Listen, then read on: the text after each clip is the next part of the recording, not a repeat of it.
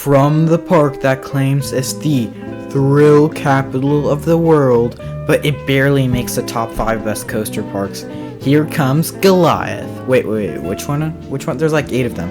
Oh yeah, the Geo Vanilla Hyper with a 255-foot drop and a very intense double helix at the end that pulls 4.5 Gs but has absolutely no reason to be there. It was the tallest roller coaster in the world before being absolutely demolished by one of the real contenders for thrill capital of the world, Cedar Point, with the first Giga Coaster ever, Millennium Force. Maybe the most overrated coaster, or maybe not. As you enter the parking lot, you'll see Goliath. I must admit, it's a very fitting name as Goliath towers over the park. The GP will want to go straight to Goliath as they enter the park, or full throttle, but Goliath mostly. You'll see the best part of the coaster, its sign, which is really cool, and I really think it's the best part of the coaster.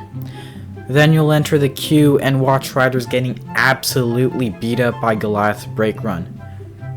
As you rise up to the station, you hear a bunch of 6th graders yelling, 6-7. Anyways, now you board the train in the back row because you want to get the most airtime, right? Because you're like an airtime junkie, yeah? You rise up the lift hill. You feel both excited and scared as you get a view of the Santa Clarita Mountains. You have reached the top. You crest over. You're ready to have a great ride after all. All your friends have told you it's the top 5 in the park. You go down the drop. You don't get any floater or ejector airtime. You realize that the drop is the least steep out of every hypercoaster. You get some good speed as you dive into a tunnel. Then you go into a turnaround where you lose all of that speed. And then you rise into a floater hill that gives less floater than when your car goes over a speed bump at 2 miles per hour. No wonder the manufacturer that made this abandoned making roller coasters after they made 2 of these. After that, you'll turn left into a set of friction brakes that will completely stop the train and destroy all the speed that was the only part of the ride that you actually enjoyed. On the brake run, you hear those same 6th graders yelling 6-7. As they yell 6-7 once more, you have no idea what 6-7 means. You only think that they're joking about West Coast Racers hype. You'll turn left into some almost overbanked turns, and then get to the most intense part of the ride. You've heard your friends tell you that they blacked out on this part of the ride. You feel the 4.5 Gs pushing against your body as you go into a double helix for like 6 seconds, and then you ask yourself why they put one of the most intense elements on one of the most tame rides. But then you hit the brake run and you get your legs absolutely destroyed by the friction brakes.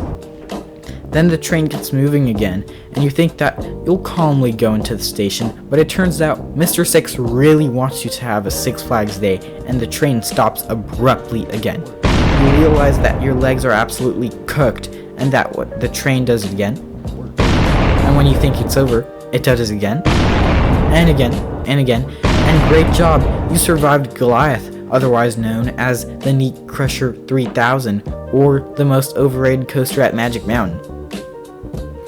It's also the curse of Magic Mountain because it's its tallest coaster, and Six Flags doesn't have the budget to build a taller and better coaster at Magic Mountain. At least it's a +1, guys. Thanks for watching until the end.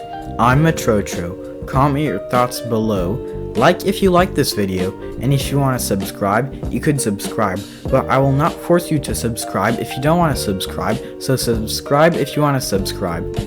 This was a Goliath parody by Metrotro, and in case you don't watch more, have a good afternoon, a good evening, and a good night. Bye.